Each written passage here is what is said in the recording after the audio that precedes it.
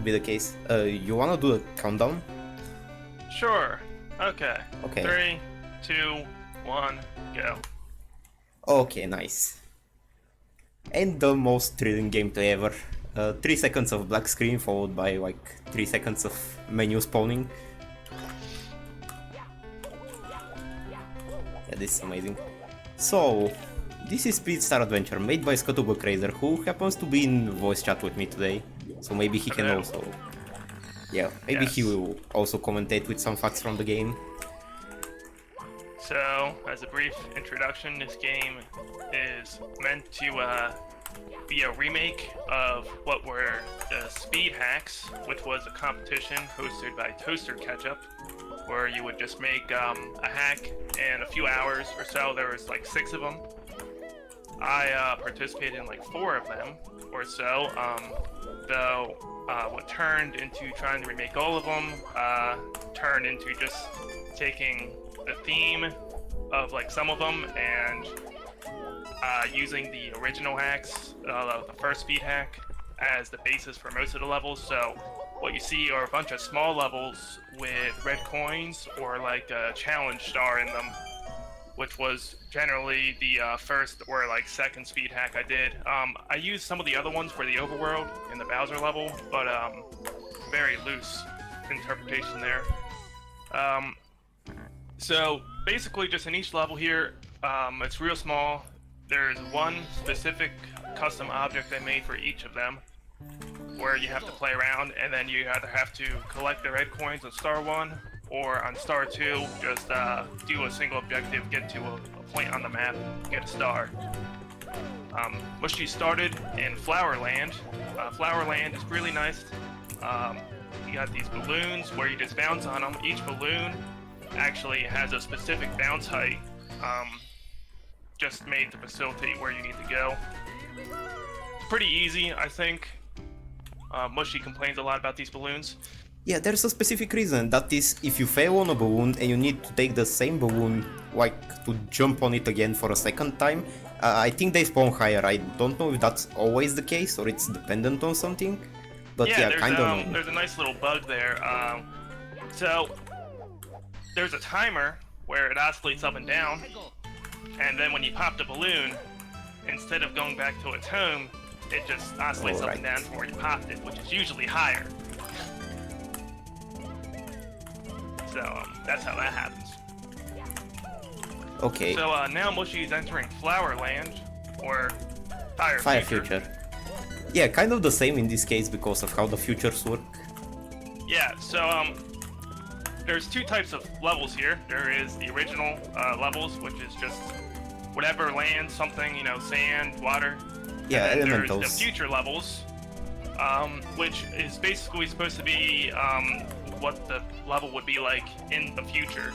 And so most of the time it's completely different, but they're actually all made from the original models, and I just edited them heavily. They still got different they still have different objects in them, and generally they're supposed to be much harder. Flower or Fire Future is generally seen as one of the more difficult levels because of the tree. It's hard to see, and the spinning flower platforms are actually kind of difficult to move around. Yeah, I would call this the hardest level in the run, if anything. Maybe Phantom could disagree, and I'm the worst runner for this game, technically, but... I mean, that doesn't make Fire Future less difficult. I really like the objects in this level. I sort of just came up with them last minute. I had no idea what I was going to put in this level, but they work out really nice. They're really fun to play around with, I think. So the gimmick here with them is that they spin around quite fast, but when you stand on them, they slow down to a stop. And so they have these 2 parts to them, so if you want to move between them, they spin and they accelerate kind of fast. So it's sort of difficult. As you can see, Mushie has to aim ahead of where they're going to spin if he wants to land on them properly. Yeah, so there are certain movements that are a really bad idea with these flowers. Usually side flips if you're not directly below the next flower petal, or usually ground pounding is a terrible idea. Yeah, I've seen a lot of people dive roll out, and then since you're in the air, when you roll out, you spectacularly fail. Okay, I'll take Also, the fun fact, intended. the Kirby Air Ride music there is made by Pi. It's the only track I think that's not by me. Maybe there's one other, I forget. Yeah, maybe And that's Water because I Future tried to one. make it and I couldn't, so I asked Pi to help. And it's great, to be honest. Just like at least 80% of the soundtrack for this game. Yeah. Oh yeah, by the way, if I could tell a funny story about this level, I think the speed hack version of this level, Kaze played through it, and for some time I called the splits for these two stars instead of Water 1 and 2, and I called them Kaze 1 and 2, because he managed to get stuck in a hole, and I bet with him that he wouldn't get out of the hole. Well, he managed to do it, and because of that I had to play Fortnite on April Fools. Ain't that a cool story? Yeah, this is actually one of the only levels that is 99% similar to the speed hack version of it. This was the first level I made, and this was back when I was actually just planning on updating the visuals for them before it turned into a much larger hack. So, in the original speed hack, there's Waterland, Fireland, Snowland, which is also kind of similar, and Grassland. So Grassland, I think, is the most similar as well. That's Waterland. Those two are mostly the same, and then the rest are all original. So Mushie right now is entering Grass Future. I thought this was a really cool idea. This is actually my favorite one.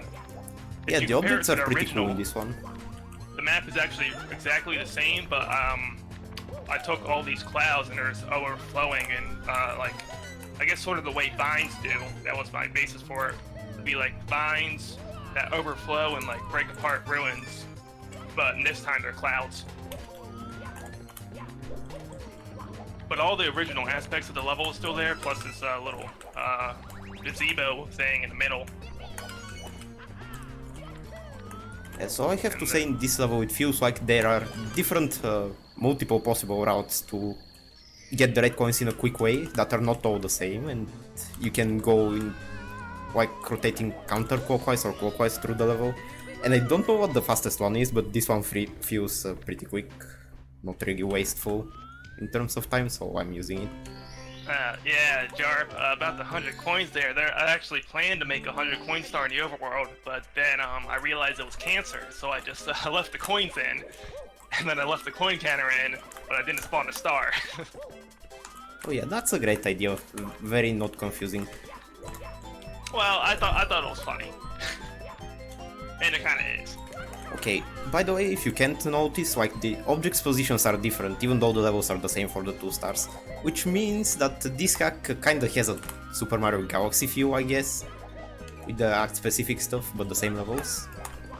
And yeah, especially with the red coins, I like to compare it to Galaxy. Yeah, I mean, the objects here really make the levels, and so just by using the same exact level, and which is very small, you can really limit where you can go with the objects, because each one is specifically made around the objects. Grass Future is definitely a great example of that, because your height is entirely dependent on the objects. Mushie's entering Fireland right here. This is another good one. These slingshots are pretty original, I think. Yeah, we already saw an example of them while I was getting into Grass Future. Yeah. Which is nice for playing around. So, the slingshot's interesting tidbit about them is you would, most of the time you just hold back in the control trick and fling it forward like a slingshot, but you can actually control where your angle goes by pushing in a direction. So if you go left or right, you can change if you fling yourself left or right.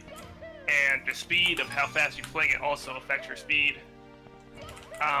Which is a lot of tech that no one ever uses because it's pointless. If you just hold it back, you go exactly where you need to go. Yeah, especially on keyboard, I guess, where there's not much option to control the speed. Yeah, I mean, if you just let go of the control stick, you go as fast as you need to go. It's really if you were to hold it back and push forward with your thumb, you could end up going slower or control your angle. Okay, so I guess this is a good moment to mention, like you see the save screen, but I don't pick an option for like 5 seconds after it shows up, Might be wondering why that's the case. Scuttlebuck, any explanations? Because that's the actually same amount of time you have to wait in the original game, and I never changed that, but I made the text appear faster. Yeah, basically instantly after you appear in the overworld. And I never understood that change, but it's there. Well, I wanted to try and make it appear faster, but there were some technical difficulties because back when I was making this, decomp was not a thing. I didn't even have access to it, so I didn't really know how the code worked that well, and it's kind of confusing if you want to just debug everything yourself. So I just decided to leave it the way it was. A little clip here, by the way. Into Water Future, which is probably the second worst level in the game. You mean the second best level? Of course. I mean, Coreless is my baby, but that's a different topic. We'll get to there in the end of the run anyway. So, Water Future is actually the first future level I made.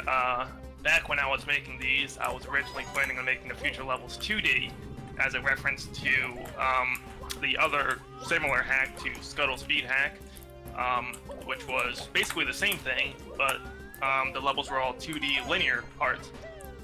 And so, back when I made this, every level just only had red coins, and I decided that 2D levels sucked. So I just made more of the original levels, but I turned the second star into a linear thing that is sort of a reference to the linear 2D levels. I always thought the intention is that the second star is basically at the top of the level or something like that. Not like all levels completely follow the theme, but it's pretty close. Why did I do a single jump instead of long jump? Nice one. Yeah, I mean, because the top of the level is the hardest thing to get to, usually. Yeah, exactly. Just like TikTok walking vanilla. It's just like every Mario hack has a level where one star is just climb to the top of the tower. I mean, climbing to the top of something is just what Mario does. He likes to climb. Oh god, nice sliding. This was also, I was planning on having some sort of story, I guess, or an implied story with the levels. You see there's this weird rock thing that wasn't in the original Waterland, if you remember. And a lot of the pillars there are broken. I mean, the bridge is sort of almost still there, and there's like this really heavy burn mark in the center of the rock. You know, it's trying to sort of tell us, you know, look what happened, you know, maybe some sort of fire happened and this place all dried up or whatever, but kind of got looser as, you know, as I moved on with the levels. And there's not really much to tell, to be honest. I mean, the Dories all just, I mean, if you talk to the Dories, they just feed you a bunch of nonsense, really. Yeah, you can totally talk to the Dories, but I don't think many people did. By the way, this is totally not the intended way to get this star. There are two like rows of cannons you should be using, and I'm failing this instead with the other way pretty badly right now. I think it's because you're like, are you holding the control stick the right way? Because I usually do it. No, I don't, but I should be charging enough anyway. Forward with the thing, and then if you just hold charge all the way, it should work. It should work with all the way, and the interesting thing is it works with also not all the way, so that could save seconds, and in my PB I actually got an optimal cannon shot, so I'm guaranteed to lose time in future runs, and in this case I probably lost like a minute to this one. Really not cool. No, nothing about climate change. There is some lore, air quotes, but nothing actually real.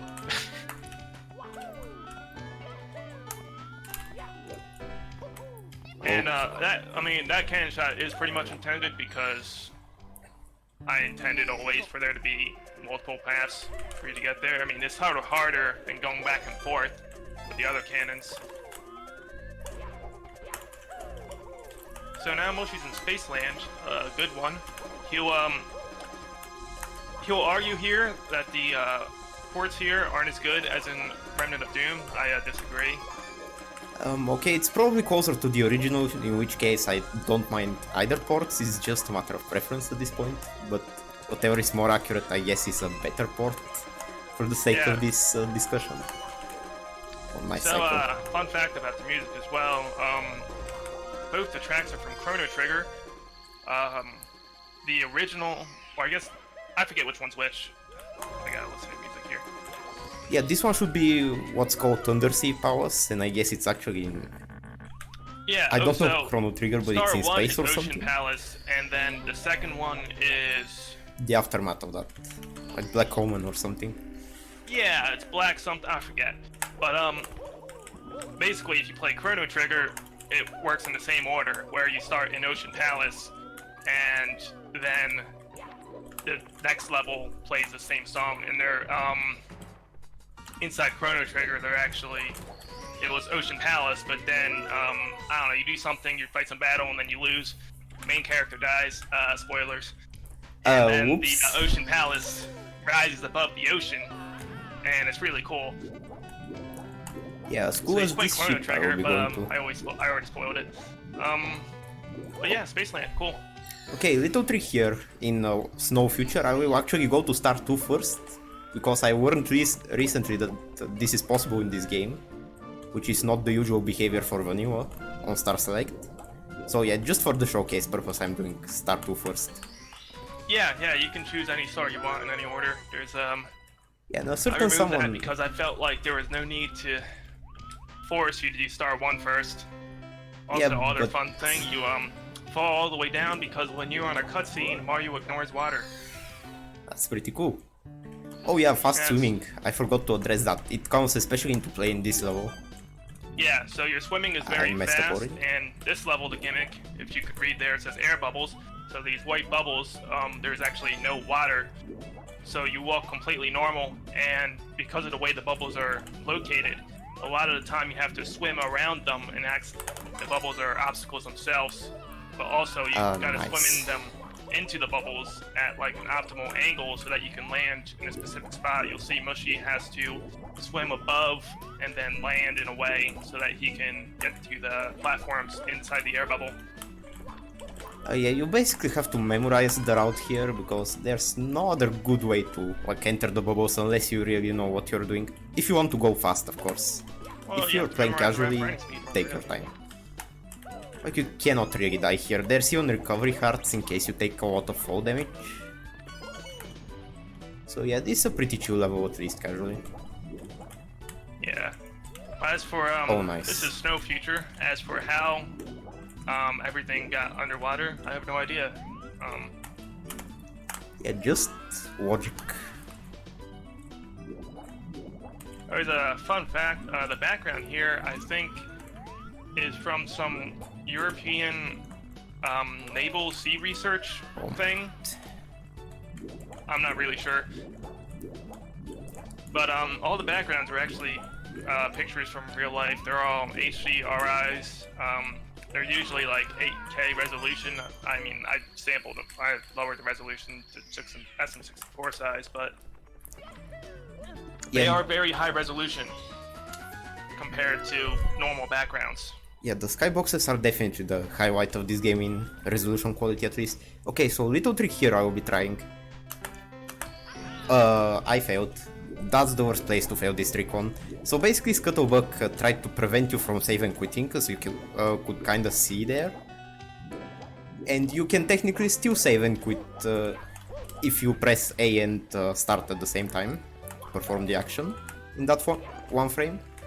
And that would have saved me some time because I start closer to the shop.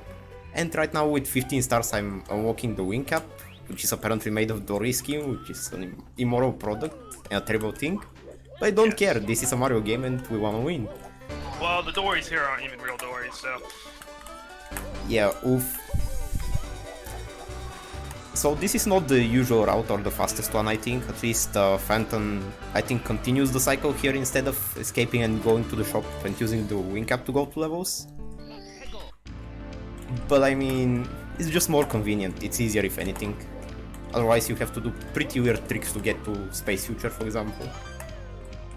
But instead we are going to Flower Future first. Flower Future is an interesting level. These platforms, I think, are probably the most unique platforms.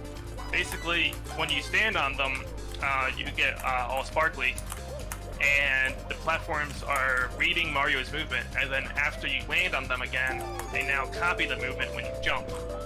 So, and they memorize that. So you basically train the platform to go where you want, and then you jump back on them again. so that they can take you to where you need to go. And then as you see, Mushie ground hounds on the platform so that it can reset it and you can program it again. This is definitely one of the bigger brain levels. You really have to plan out where you're going. Yeah, and you cannot really avoid the gimmick itself. You have to use the platforms, because I forgot which level was the other big brain gimmick that you could like entirely skip. I don't think I've played it yet, but yeah. This one, the platforms are mandatory to get the red coins. Flower Future, Oh, Space Future is the other one. It's under their progress, but in Parasite Eve, which was like a horror PS1 game, and then I think the second one is a remix of. Of course, now I get the funny side for first try.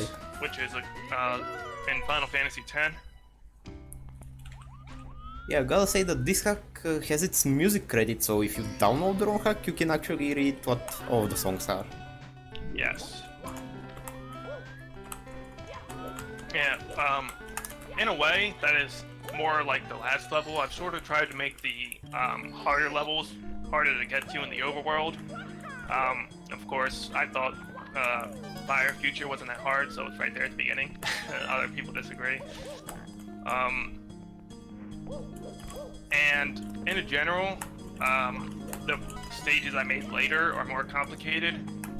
And I think in order, I made Waterland, Grassland, Snowland, Sandland, which is right here. This was, I believe this was in the original.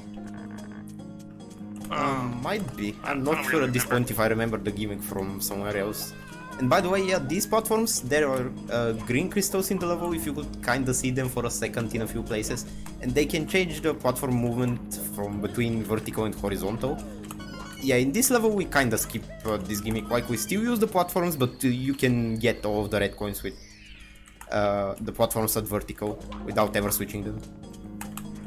Yeah, I really tried to make it so that you could just skip the platforms, because I realized if you're ever going to do a speed run and then you had to wait for a cycle like that, it would be horrible. Yeah, pretty considerate. I still think that cycle at the end, I'm not sure if you can actually save it if you play optimal in the rest of the level, but oh well. You know, you can definitely just route in a way where you don't rely on the cycles at all, but I'm not sure if that's optimal. Okay, second star in Sandland, can I mess it up? The answer is probably yes, but let us check out first. And the answer is yes. I'll wait. You can totally get on that platform without having to wait another cycle, but I haven't been able to get it in ages. Mostly because it's usually not landing on that static platform I landed on, but it's a 45 degree kind of long jump or side flip or whatever kind of jump.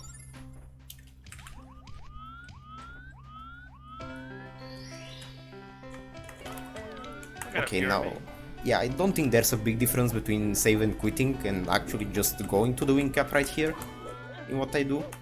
I think next up is actually Silent Future. This is one of the weirdest ones, if not one of the worst ones, like Fire Future maybe. Because the gimmick is another of these big brain gimmicks that you cannot avoid. Okay, Silent Future 1. If things can majorly mess up, it will probably be here. So we have these mirror rings, which look like the manta ray rings from Dire Dogs in the original, and they multiply your speed in pretty weird ways usually. Maybe Scuttlebug has the more scientific explanation.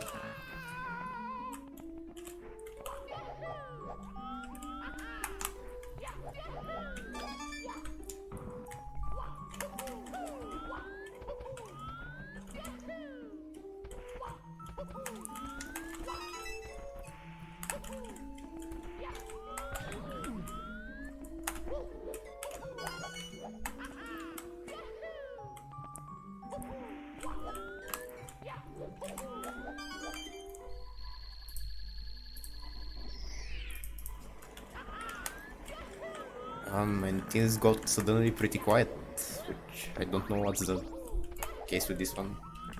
Okay. I wonder if my stream died or something. Hopefully not.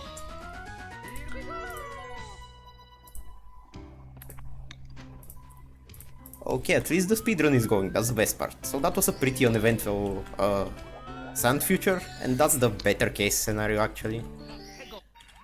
Because like, you could have seen some failures here.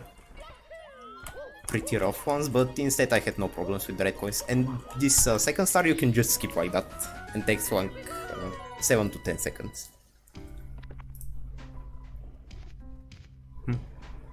Yeah, I'm still in the voice call. That's a little bit weird, not gonna lie. And onward to Grassland, which is one of the more monthly and uneventful levels in the game. And the Scuttlebutt said... Grassland is a peaceful level. Yeah, pretty cool. You have your fair share of ground to experiment with the... the gimmick here, which are the bounce pads. Fun fact, as long as you press A on this, I think no matter what state you're into, even if you're squished or something like that, or just coming back from a triple jump, they will propel you up anyway. Kind of like the Kaze notebooks, they don't really check for your state, they just do their thing. Oh, they check if you're in Star Dance. Wow, but that's it. I missed the red coin. Nice. Okay, not the most major mistake yet. Not yet. This level is really similar to what it was in the original Scuttle speed hack. Not much going on here. Also, another fun fact, they actually put you in double jump. A lot like no blocks do. They're pretty much almost exactly like no blocks. Yeah, except I don't think you can exploit them like no blocks. Or at least nobody has tried. There's no exploit. Because these are coded properly. You can still dive after them, but that just increases your horizontal speed so you can go farther. Yeah, case in point, I think that's pretty much required for this star, because he moved the bounce pad a little bit further to the inside of the platform. So you need to you have to get a running start. You gotta get speed either through a dive or just running into it. With running is sort of difficult. Okay, another wing cap, and I think this time our chosen contestant is Space Future. Yeah, it's the next Space one Future in the is ring. the second big brain level. This would be like Flower Future. It's the second to last level. Yeah, and if you didn't unlock the wing cap to the shop and did things like me, you'd have to enter this intended, which is kind of probably the most difficult thing in the overworld. If not one of the most difficult things in the game. It is a difficult level, so I wanted to make it difficult to enter, you know? Make it so nice you have movement. to understand what the platforms did. Also, yeah, you can see that I basically wall kick on nothing. That's because of the gimmick of this level. That we will not see in action if everything goes well. Yeah, so, because we're probably not going to see it, I'll explain it. Basically, they're called deployment boxes. So they're small cork boxes that are retextured that you can throw. Yeah, here's one of once them. they land on a wall Right here. I'll just floor, take a second to showcase. Yeah, that's once basically they what they land do. on the wall or floor, they'll make a new box. And there's all sorts of tech in there. Like, for example, there's a little hit marker that shows where it kind of will land. It's not exact because there's a little bit of physics going on in Mario that I can't account for. And there's also a reset. You can ground pound on them or from where the box spawns to reset them.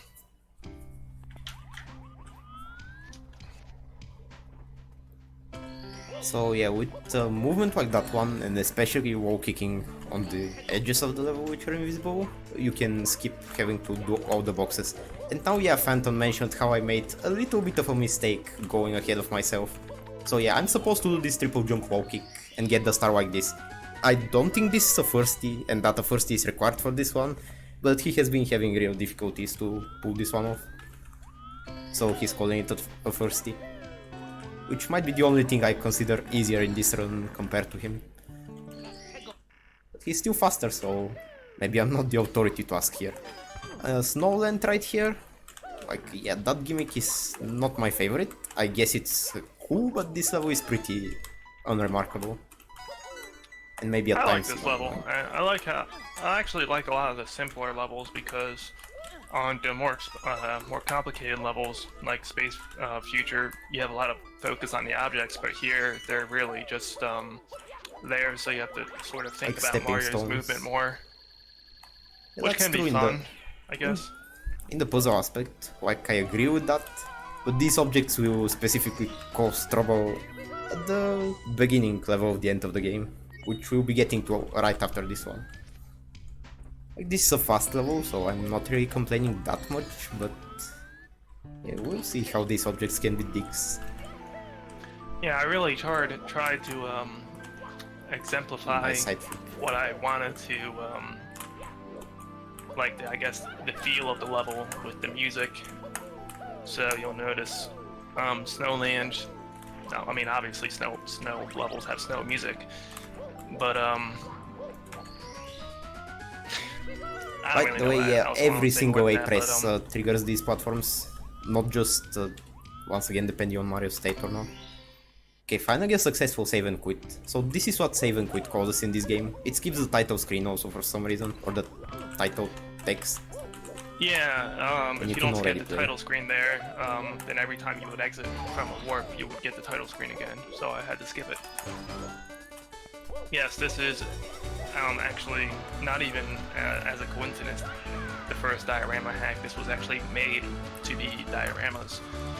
I just never used the word diorama in it, but it's definitely planned or replicated off of them.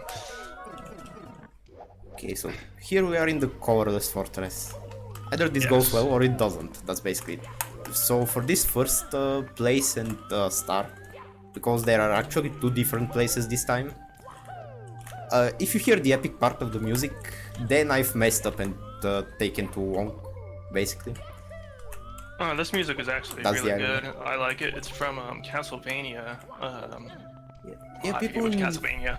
people in general like it more than the one for the second stage, even though the second stage in this one has my favorite music in the game. But yeah, this one just unwraps way too slowly. Yeah, the sad part about the second stage is it's like It was it's skip from here a by the way. PlayStation 2 game, and PlayStation 2 was when they really started going hard with the MP3s and using all the advanced stuff MIDI can't do. It's really a lot more busy than what SM64 could handle. I mean, I think the actual original song is much better, and you can't really. I couldn't really, I guess, replicate it without just putting tons of work in, so I sort of just lazied out. And so there's some stuff missing in that port. I don't know, that's why I don't like it as much. Not because the song itself isn't good, but just because the port isn't as good as it could be. Yeah, that's fair, and we got to the part of the music that actually sounds like something, which means I have taken more than 2 minutes on the split, and probably almost 2 minutes in the level. Fun fact, Kaze got lost in that level, somehow. Congratulations, Kaze, sometimes you're very smart. But also sour please in chat please, like, this one is the epic one. Also, can we get the platform to actually disappear this time, like in my last marathon run? That would be really funny. And also, let's not actually get it. This specific level went through a big change in the update, the first update. It was because I more or less rushed the release because I wanted to be done with the hack, and I was just over it. And then, just a little later, I was like, wow, this level kind of sucks. So I wanted to remake it, but I ended up just moving around the objects, and that was enough. Once I got like a lot more playtesting in. But just originally, it was just, I think, way too difficult. Maybe it is you. Both of these levels are kind of like recaps of all the objects. I think the first one is the objects from the present levels, nice miss, and the second one is the objects from the future levels, but also their roles are reversed. You saw that in one we had the regular star, and this one we are getting red coins. In two. Yep. Holy shit. Where is the box in this one? It's so there.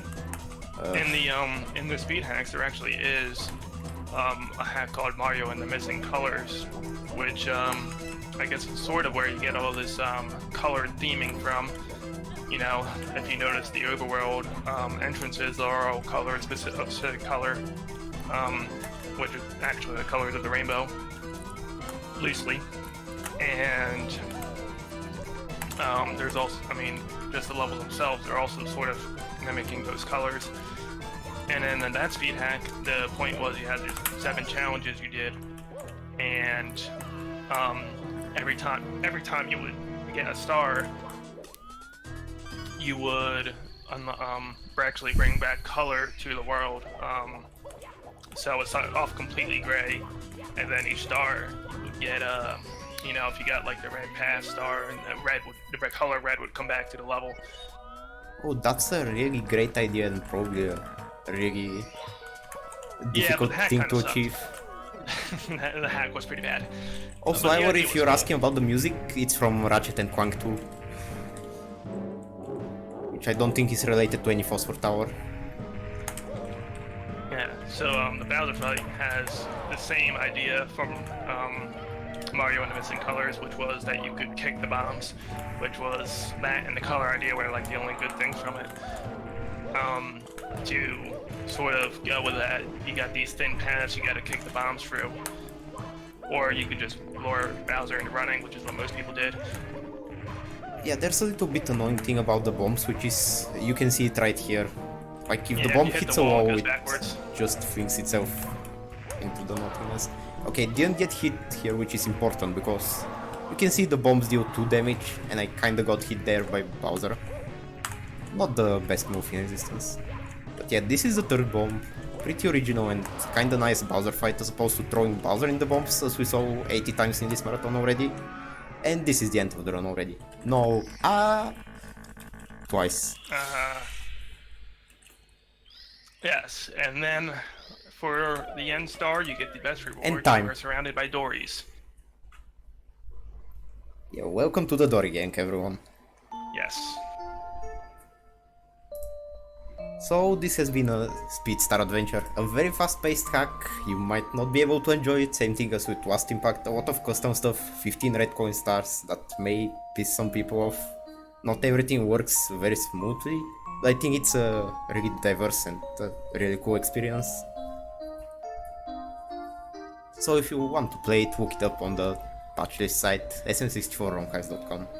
Yes, and then also play All-Star Adventure on sm64ronhacks.com. Yeah, of course. If you listen to Scuttlebutt Razor, you have to play All-Star Adventure and Speed Star Adventure. Well, I agree with half of this sentiment, so yeah, cool stuff.